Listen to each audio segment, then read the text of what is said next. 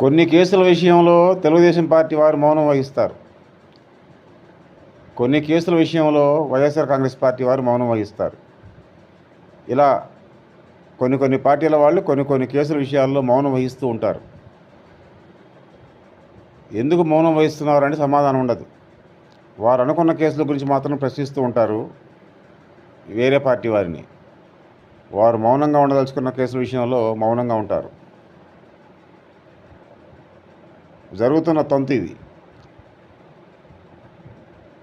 ప్రత్యామ్నాయం లేదనుకుంటున్నారో ఏమనుకుంటున్నారో తెలియదు, కానీ జనం కూడా ఆ కేసులో ఉన్నవాళ్ళు అయితే ఆ పార్టీనో లేకపోతే ఈ పార్టీనో ఆశ్రయిస్తున్నారు. ఆ పార్టీ వేదికల నుంచి మాట్లాడుతున్నారు, మాకు న్యాయం జరగాలి, మాకు న్యాయం జరగాలి అని. ఆలోచించాల్సింది ఏంటంటే, ఏ పార్టీ వేదిక నుంచి అయితే మాకు న్యాయం జరగాలని బాధితులు మాట్లాడుతున్నారో, బాధితులుగా